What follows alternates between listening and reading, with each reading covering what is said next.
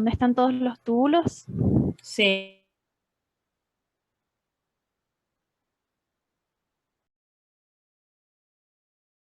Las micro, y el otro era más liso y la luz y todo eso, pero A ver, acá. no sé.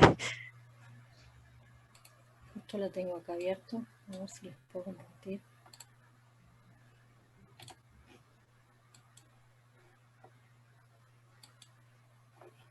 ¿Acá se ve? Sí se ve. Vos te referís, por ejemplo, a una imagen así. Claro. Bien.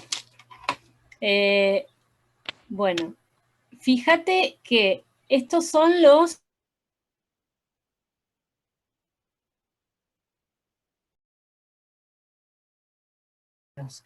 en la zona cortical, glómerulos, en general vas a tener más cantidad de proximales que de distales. Pero bueno, por ahí en la figura no se nota tanto, así que es justo encontrar.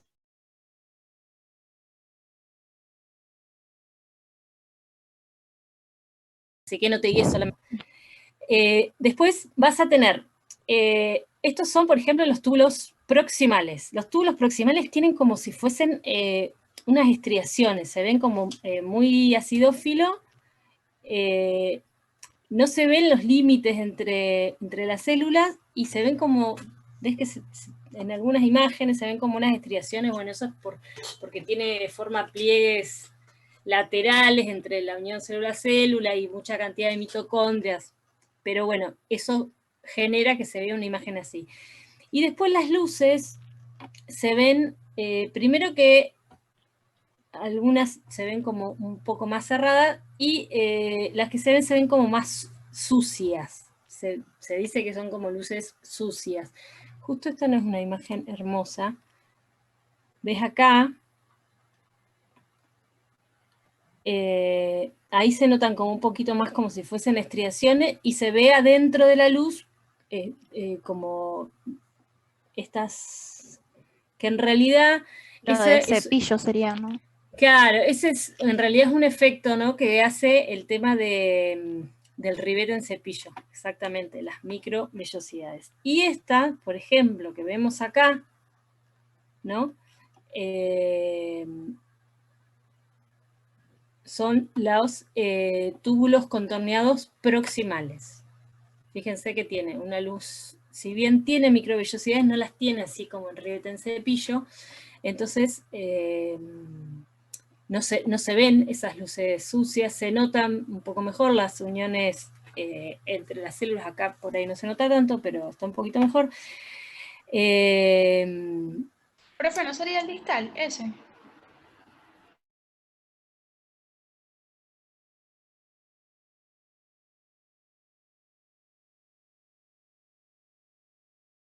¿Y yo qué dije? Sí, es distal. Si dije perdón, estos son los proximales.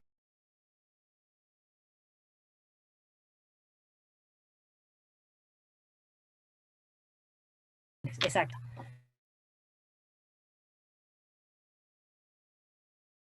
Una cantidad entre, digamos, los túbulos proximales, al menos van a tener que encontrar cerca del glomérulo un túbulo distal, que es el que, digamos, se va a formar lo que es el aparato yuxtaglomerular, ¿no?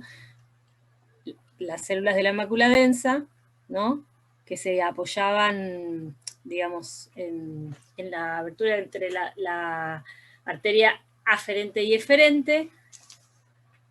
¿Se acuerdan que era un cúmulo de células que por ahí se hacían más cilíndricas y, digamos, las células de la mácula densa junto con el mesangio extraglomerular y células, digamos, especializadas de las arterias formaban el aparato yuxtaglomerular.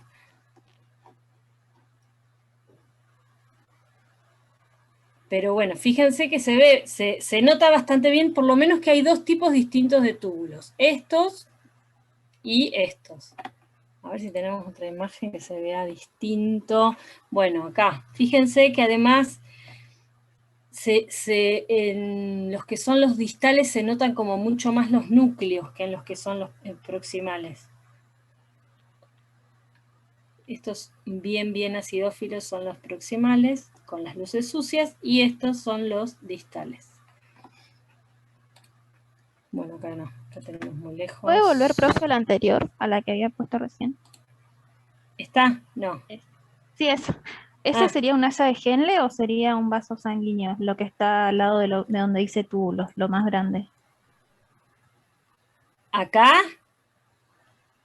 Sí, esas dos. Ah. No, esto, bueno, podría ser, podría llegar a ser una asa de Henle. Sí, podría llegar a ser.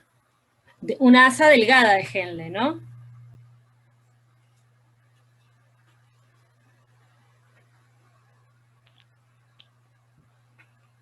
Claro, como tienen el mismo epitelio, es como Sí, que sí. confunde. Un asa, podría llegar a ser, sí, un asa delgada de Henle. Sí, podría llegar a ser esta. Sí. Hay que ver en qué zona estamos acá, ¿no? Porque si estamos en la corteza, no deberíamos encontrar una asa de Henle. Acá como estamos, digamos, el problema es que a veces estamos fuera de contexto, cuando nosotros tenemos las imágenes, digamos, con tanto aumento. Si estuviésemos en la corteza, no deberíamos encontrar asas delgadas de Henle. Las deberíamos encontrar un poquito más ya yendo hacia la zona más medular. Pero bueno, podría llegar a ser, sí.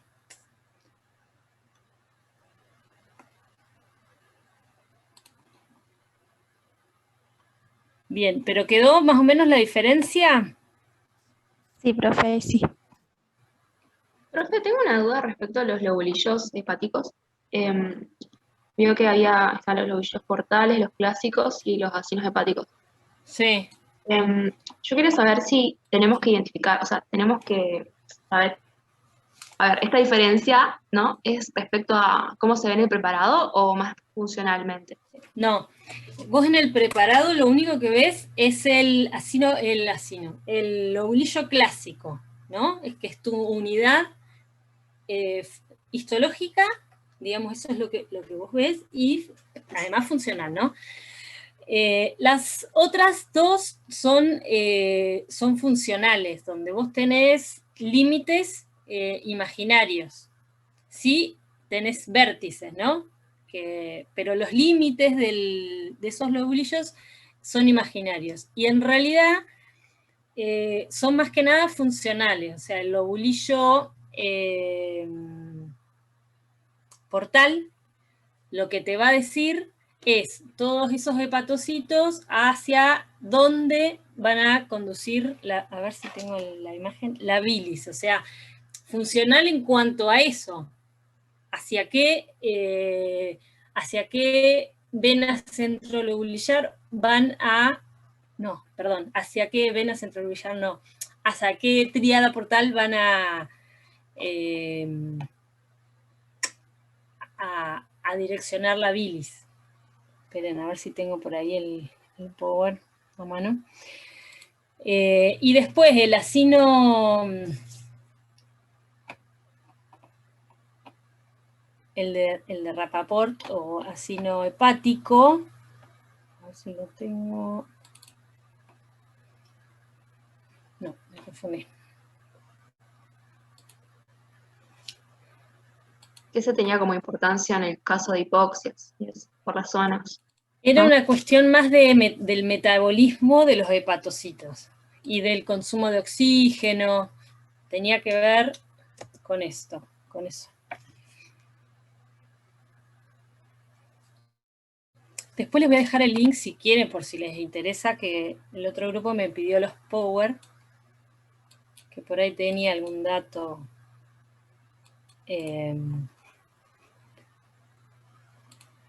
Por si se los quieren bajar, por si les llega a servir.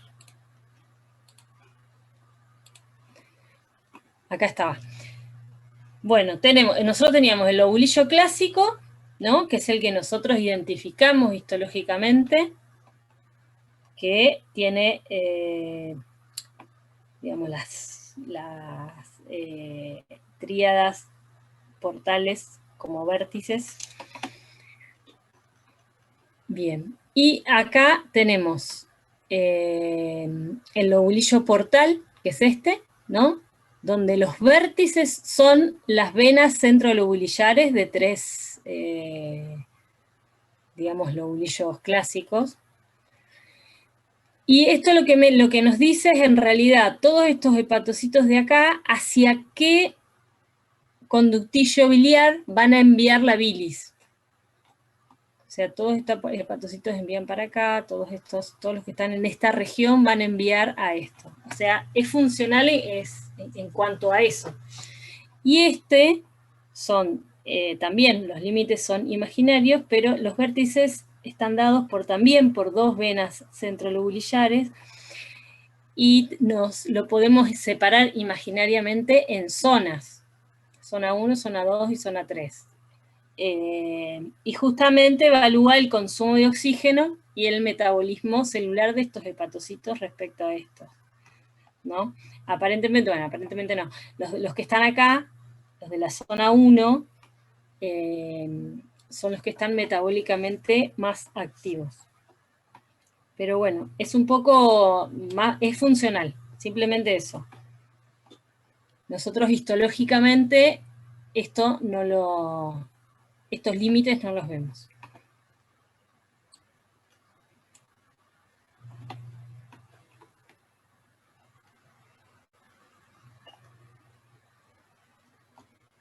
Los nódulos linfáticos los vemos. Vos te referís a lo que es digestivo, en el sistema digestivo, ¿en qué órganos los vemos? Bueno, en digestivo los vamos a ver en colon y recto, más que nada. Y los vamos a ver en ilion, de lo que es intestino delgado. Pero bueno, como así muy, muy característico, los vemos en colon. ¿Podríamos ver uno? Sí, podríamos ver, a ver si tengo alguno acá a mano. Déjenme chusmetear. Y si no, buscamos. Eso los van a encontrar en la mucosa. Ahora les busco alguna foto. De los órganos. Son regiones como... nosotros vamos a ver cuando volvamos, porque en realidad hoy teníamos la clase de linfático, pero bueno, decidimos pasarla. Después lo vamos a ver bien cómo son los ganglios linfáticos y todo, pero son como regiones muy, muy, muy basófilas, dada por la gran cantidad de linfocitos, ¿no? Los núcleos, digamos que los linfocitos prácticamente no se les ve el citoplasma, es como todo núcleo, y hay como tanta cantidad de linfocitos que se ven muy, muy basófilos. A ver si les encuentro una imagen por acá.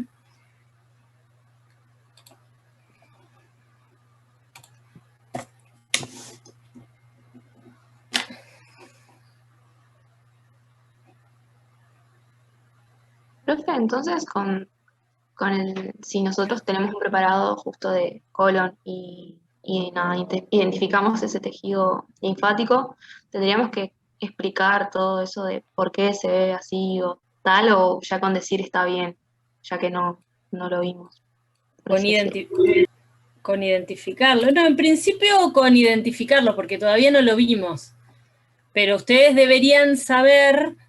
esperen que les estoy buscando todavía. A ver, en el Atlas tendría que estar. Con identificarlo simplemente y decir, bueno, que ahí van a tener linfocitos, pero no mucho más, porque todavía no lo vimos. A ver. Si alguno tiene el Atlas ahí a mano, ahí estoy buscando yo. Pero...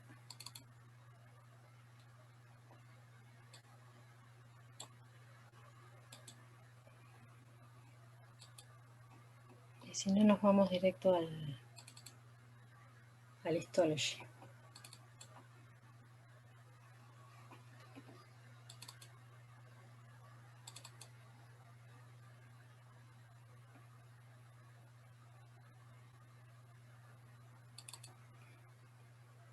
Igual acá debe haber una sola imagen, no debe haber mucho.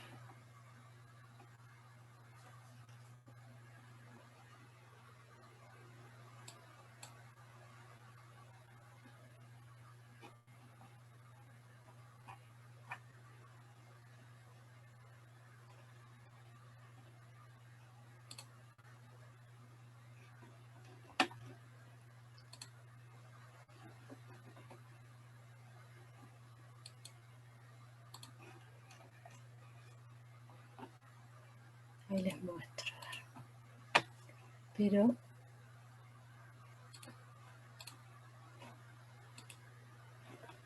bueno, fíjense, este es uno que está en el Atlas. Fíjense, acuérdense que ya cuando pasamos de intestino a colon y recto, dejamos de tener vellosidades. Acuérdense que las vellosidades son como evaginaciones, ¿no? Que llevan mucosa, que llevan vasos, además. Y en el colon ya no tenemos más vellosidades. Todo lo que esto que vemos acá son criptas. O sea, nosotros lo que tenemos en el intestino son vellosidades y tenemos invaginaciones, que son las criptas de Lieberkühn. Acá solamente tenemos criptas. O sea, solamente tenemos invaginaciones. O sea, y eso hace que tengamos acá como más parejito, ¿no? Porque en realidad solamente tenemos criptas. Y estos que vemos acá, estos así se ven, digamos, en la mucosa debajo del epitelio, lo que vemos son como cúmulos de células muy basófilos, que son los nódulos linfáticos. A ver si tenemos alguna otra. No, acá va. Bueno, este es un ganglio linfático, este está encapsulado, por eso es un ganglio, pero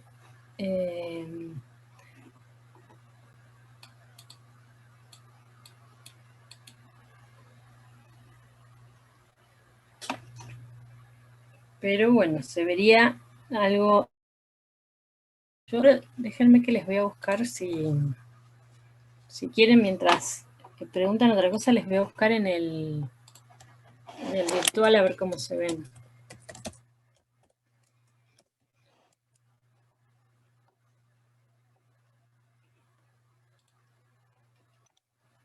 Pero bueno, si ustedes ven como cúmulos de células, así como en forma redondeada, en lo que es la región de la mucosa, esos son los nódulos linfáticos.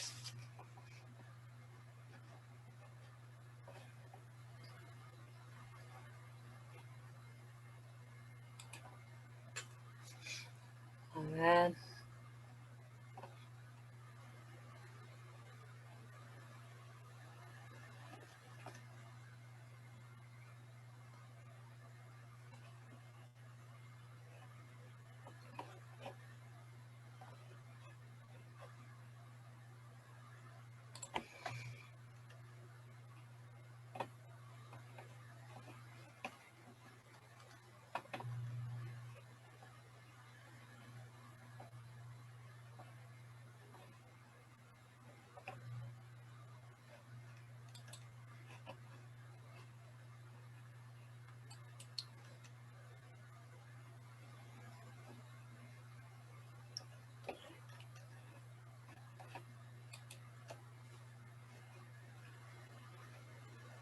¿Tienen alguna otra pregunta? A ver acá si se ve mientras.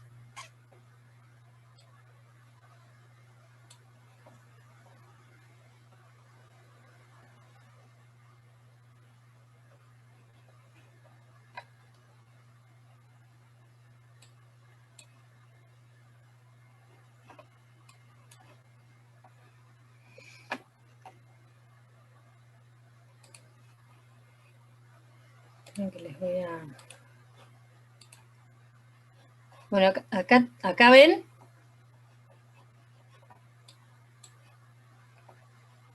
Sí, profe, se ve.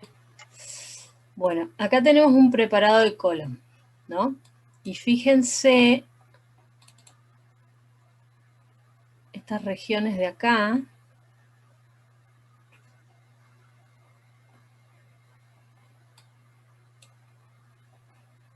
Acá no se ven tan perfectitos así, pero fíjense que es toda una región muy celular, muy basófila, en la región de la mucosa, o sea, por debajo del epitelio. Bueno, todos estos son los nódulos.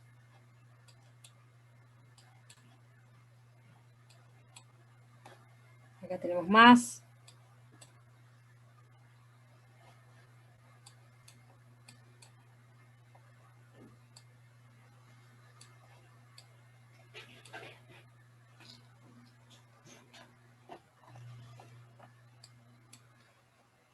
Y por lo menos en este corte no encontré más. Pero bueno, más o menos así.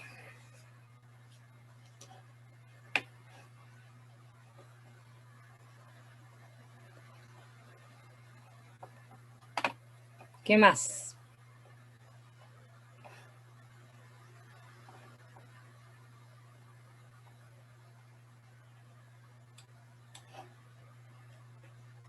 Profe, entonces esos nódulos se encuentran solamente en lo que es el colon, si nos referimos al sistema digestivo. Se encuentran en el colon, se encuentran en el yeyuno ilion también, que se le llaman placas de Peyer. Y después es como que entonces van aumentando cada vez que va bajando más, ¿o no? Y después tenemos, en el colon tenemos mucha cantidad, en el apéndice, en el recto, también podemos encontrar, sí. En el duodeno, por ejemplo, no, pero ya después en lo que es, o sea, en lo que es intestino delgado, en el duodeno no se ven, pero después en yeyuno ilion están las placas de Peyer, que son como nódulos linfáticos. Y después, claro, y después para abajo ya, apéndice, recto, colon, recto. Ahora no me acuerdo, déjenme chequear una cosa. Pero esto es como más...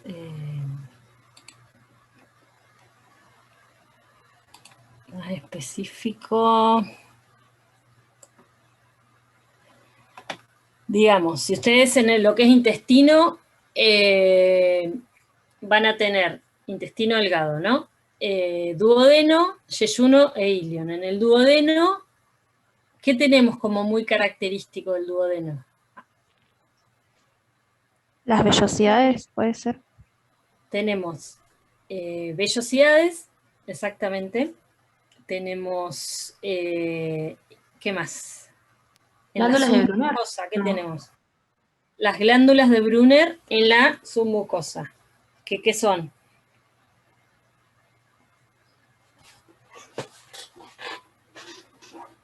¿Glándulas de qué tipo? Mucosas. Son glándulas mucosas, exactamente. Después, ahí está, el ilion, esto es lo que no me acordaba entre yeyuno e ilion. El ilion tiene las placas de Peyer en la mucosa, que es lo que les decíamos, los nódulos. Ahora me fijo si encuentro una imagen de ilion. Y el yeyuno no tiene ni glándulas de Brunner, ni, esto ya es como letra chica, ni placas de Peyer, ninguna de las dos, o sea, si ustedes quieren saber dónde están paradas. Pero tiene las vellosidades, ¿no? A ver si en el microscopio virtual tenemos ilion.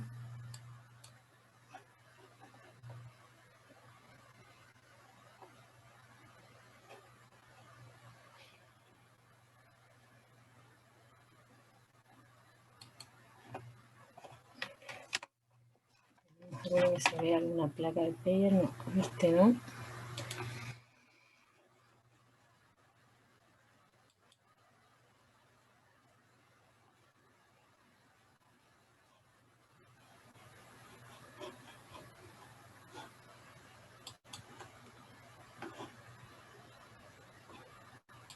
No, bueno, en esto no encontré. Les voy a buscar para la clase que viene. A ver en apéndice cómo son, si se ven.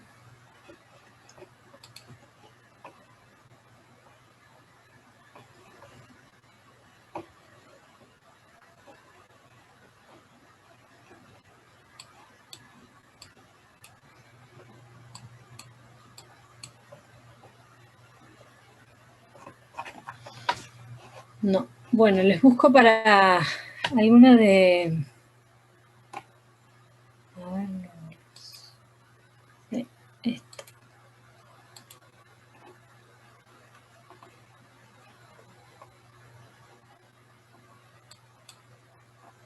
Pasa que no quiero que... Para que no se confundan. Porque como esto no los vemos... Bueno, después le busco alguno bien con las microvellosidades, a ver si se ve, y con alguna placa de Peyer o en el libro, a ver si el rostro tiene que tener. Bueno, mientras tanto,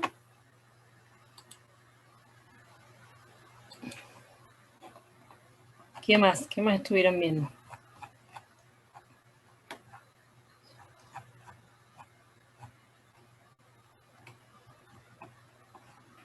¿Podríamos ver un preparado de trompa uterina?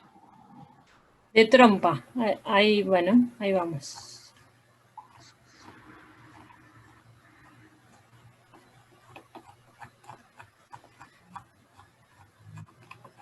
Esperen que quería buscar a ver si encuentro alguna de...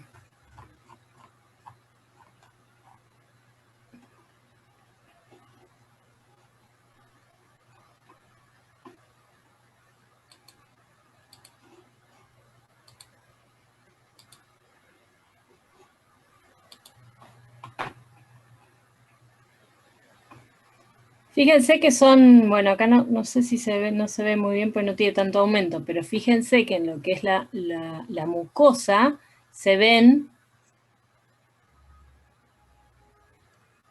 todos estos,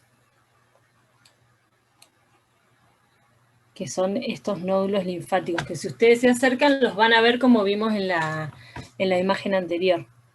Pero es todo como una zona muy, muy, muy basófila por debajo de la membrana y que forman como estos nódulos. Este es un ilion. Ahí está, a ver, de trompa. Déjame que busco.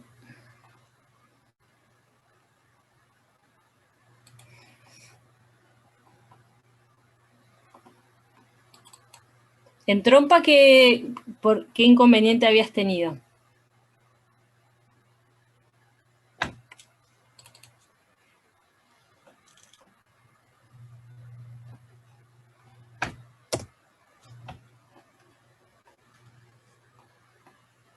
Estaba silenciada. Como que no me había quedado muy claro el tema de que como que no tiene su mucosa o... ¿Que no tiene submucosa? La submucosa es una capa de tejido conectivo, en general tejido conectivo denso, o sea, cuando nosotros tenemos los órganos que son huecos, tenemos las capas que podríamos tener son mucosa, submucosa, muscular y serosa o adventicia.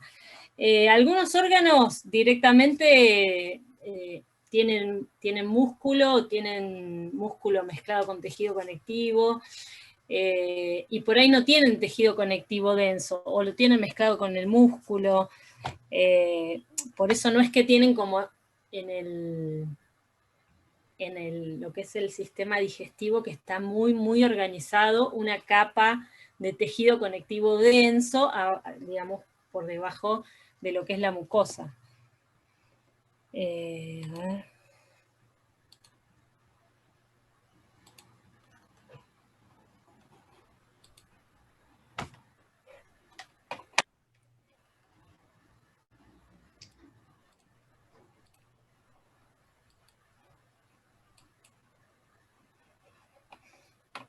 Entonces,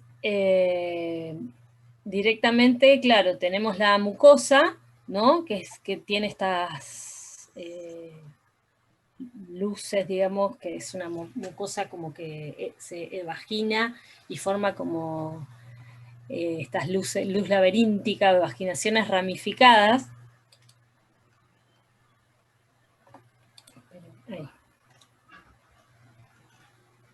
Ahí está. Con su lámina propia, digamos, esa mucosa tiene su lámina propia, que es el tejido conectivo laxo. Y después por fuera directamente están las capas de músculo, que puede estar mezclado con tejido conectivo. Bueno, acá por ejemplo, bueno, no, esto es...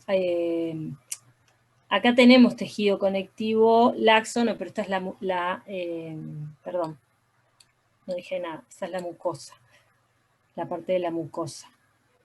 Acuérdense que está ciliado, es un epitelio que está ciliado, acuérdense que necesitan, esas cosas traten de relacionarlas también. Es una zona donde nosotros necesitamos que haya un movimiento, que justamente necesitamos mover al ovocito.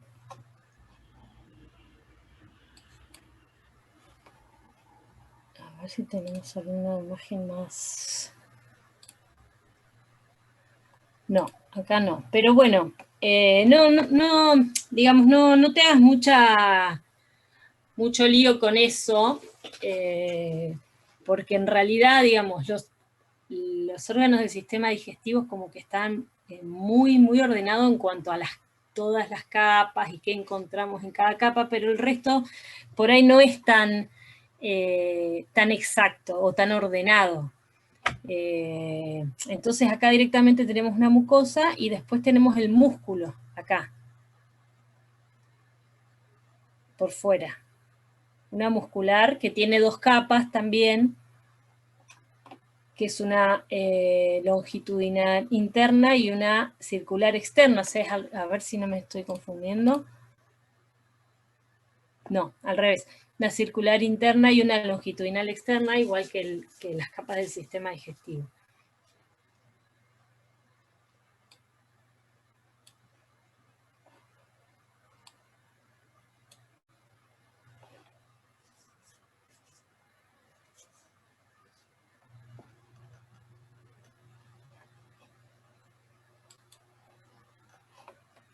¿Te quedó duda igual?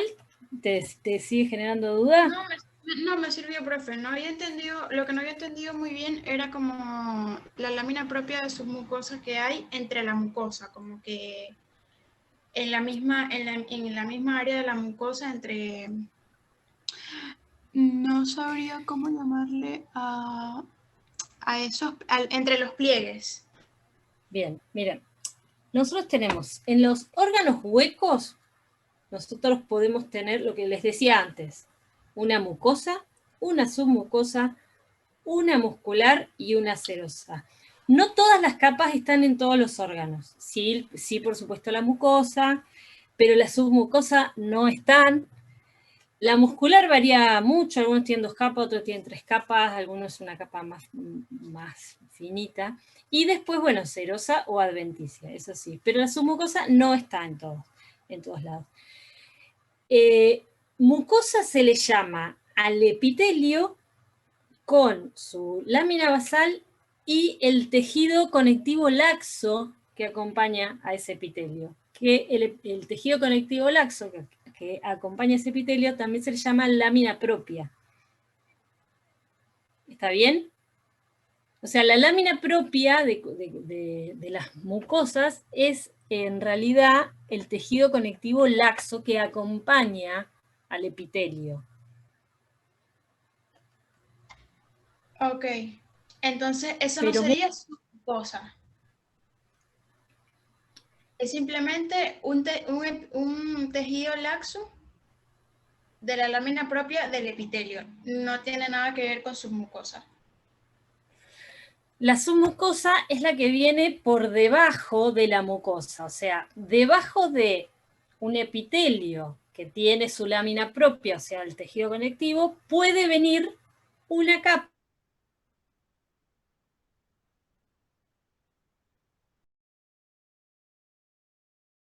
A eso le vamos a lo que está por debajo de la mucosa, es ese tejido conectivo denso que está debajo de la mucosa. Que en este caso en las trompas no está, o no se ve muy claramente, no está muy definido, pero en principio no está. Ok. Pero la mucosa y su tejido el tejido conectivo laxo, digamos, que acompaña al epitelio, sí.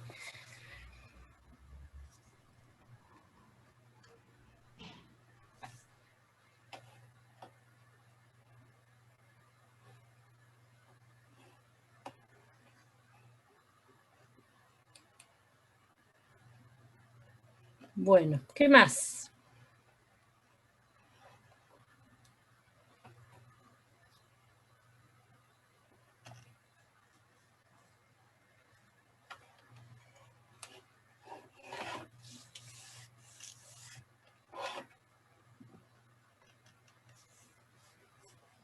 Para la semana que viene por ahí preparo unas imágenes como para ir viendo y que ustedes vayan tratando de ver qué es y así más mezcladita. Lo que pasa es que, como habíamos dicho que era más ping-pong, que iban a venir, digamos, con dudas puntuales, no hice nada, pero...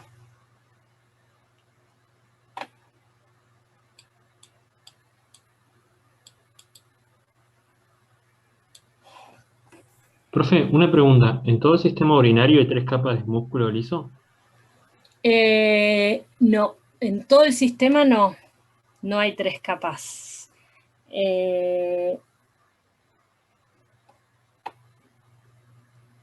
Por ejemplo, en el uréter, ya llegando a la zona de la uretra, pero si no tenemos 2 capas de músculo, igual para ver por las dudas te lo voy a chequear, pero no hay 3 capas de músculo.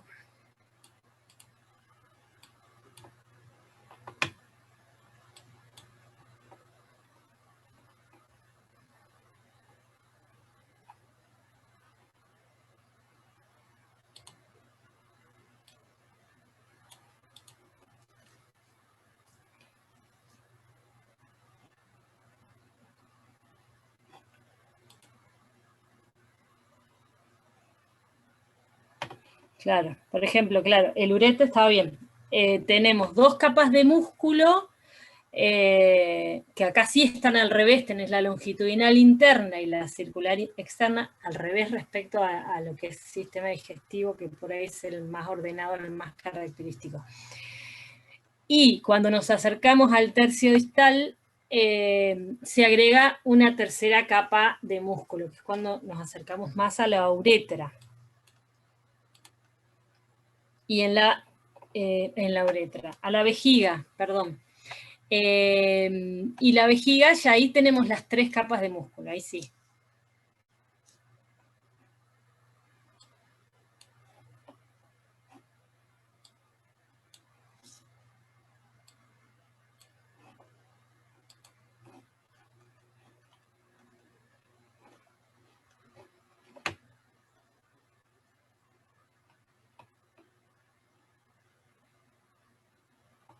Profe, ¿usted sabe algo de los ayudantes? O sea, ¿tiene contacto con ellos? Sí. ¿Por qué? No, porque con nosotros no se contactaron nunca. Y por ahí algunas comisiones están teniendo clases con ellos y eso de repaso. Ah, bueno, para las tutorías, que es más, una clase vino y dijo que, yo pensé que se habían comunicado. Bueno, les voy a decir a los chicos, de última que se comuniquen por, usted en el grupo no, por Facebook, les digo que se comuniquen. ellos tenían un grupo, ustedes los buscaron igual no sé si tienen un grupo de Facebook, de Instagram, me parece.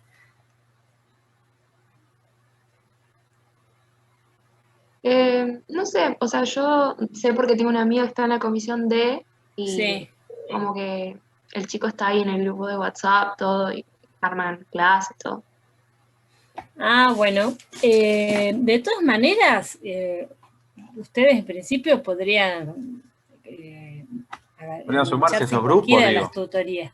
Claro. Sí, sí, sí. Súmense, si estos, digamos, los chicos de la comisión D tienen una persona que está haciendo las tutorías, y ustedes engánchese con ellos también. Pero bueno, yo igual les voy a comentar. Gracias.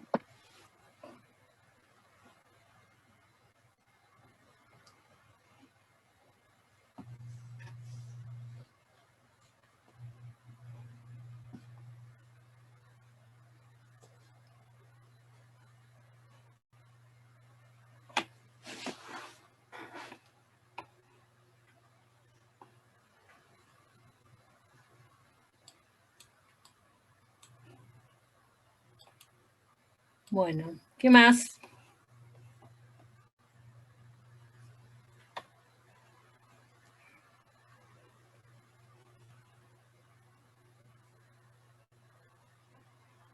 Profe, yo tengo un par de preguntas, pero son de Envio. A ver si está Matías. Estabas, ¿no? Sí, sí, a Ahí ver. está. Bueno, una era si es lo mismo, o sea, si estamos hablando de lo mismo cuando decimos cigoto y célula de huevo, o si es una célula diferente, digamos, o una contiene la otra. No me queda claro. Célula huevo o cigoto es lo mismo, como sinónimo. Es sinónimo, bien. Ujú. La otra es si la segmentación son divisiones mitóticas o meióticas, porque lo tengo como mitóticas, pero también escuché que decían meióticas, por eso tenía duda. No, justamente son las sucesivas divisiones mitóticas, porque lo que aumenta es la población celular y el crecimiento celular y tisular, obviamente, ¿no? Entonces, hablamos de divisiones mitóticas.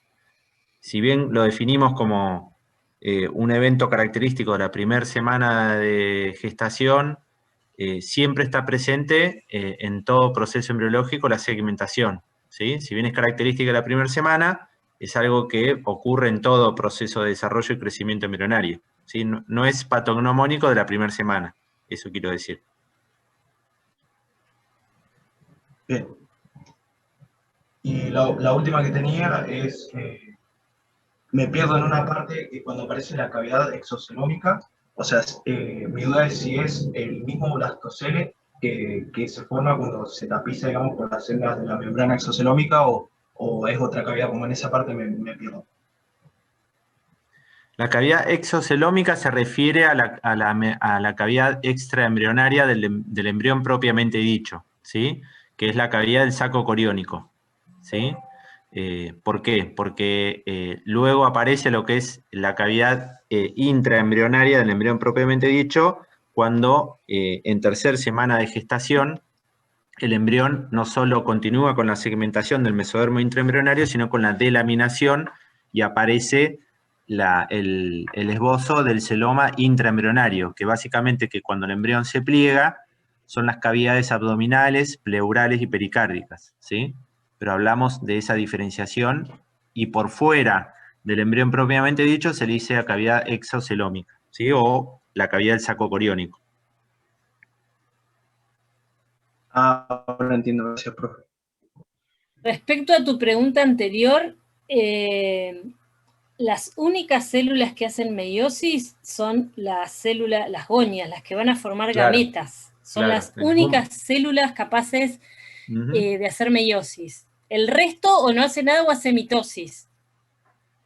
Si bien los primeros esbozos de la progenie que va a participar de las ovogonias o las espermatogonias aparecen ya en tercera y cuarta semana de gestación, como el primer esbozo, no son, o sea, el comienzo de la división meiótica es solo en esa progenie, como dice Julia, no ocurre en otra población celular.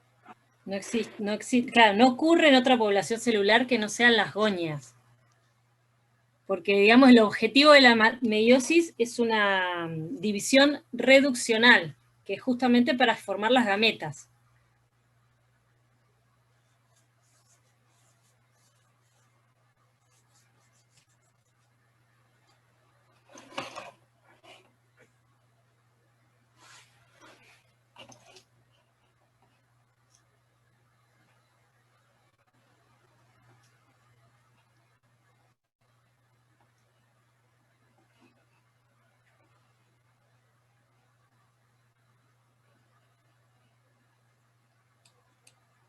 Bien, ¿qué más?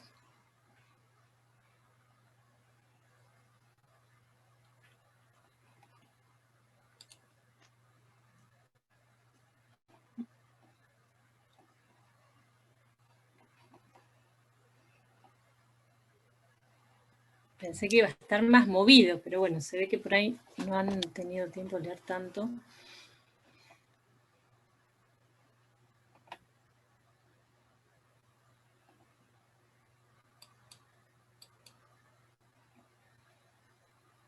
Profe, respecto a la circulación pre y postnatal, ¿es algo que haya que, no sé, investigar mucho o es más que nada lo del cordón umbilical y eso? Sí, no, lo que es circulación se ve después. Y eso sí hay que saber un poco algunos detalles, pero es después, digamos, cuando ya veamos aparato circulatorio y desarrollo del aparato circulatorio. Sí, aparato circulatorio y vasos, digamos. Por ahora no, ahora eran los preparados esos y nada más. Igual de placenta podía entrar o no. El de placenta creo que sí. Déjame que lo chequeo para la próxima clase. No sé si había en el Atlas, pero sí, creo que sí.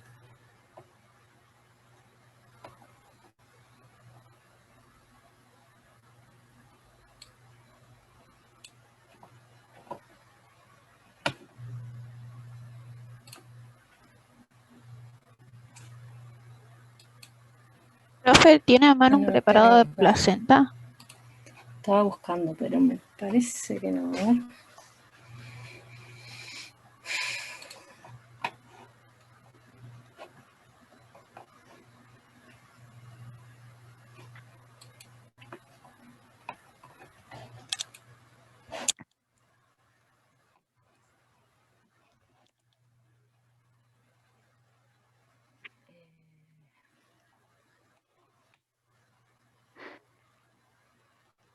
Déjenme ver, pero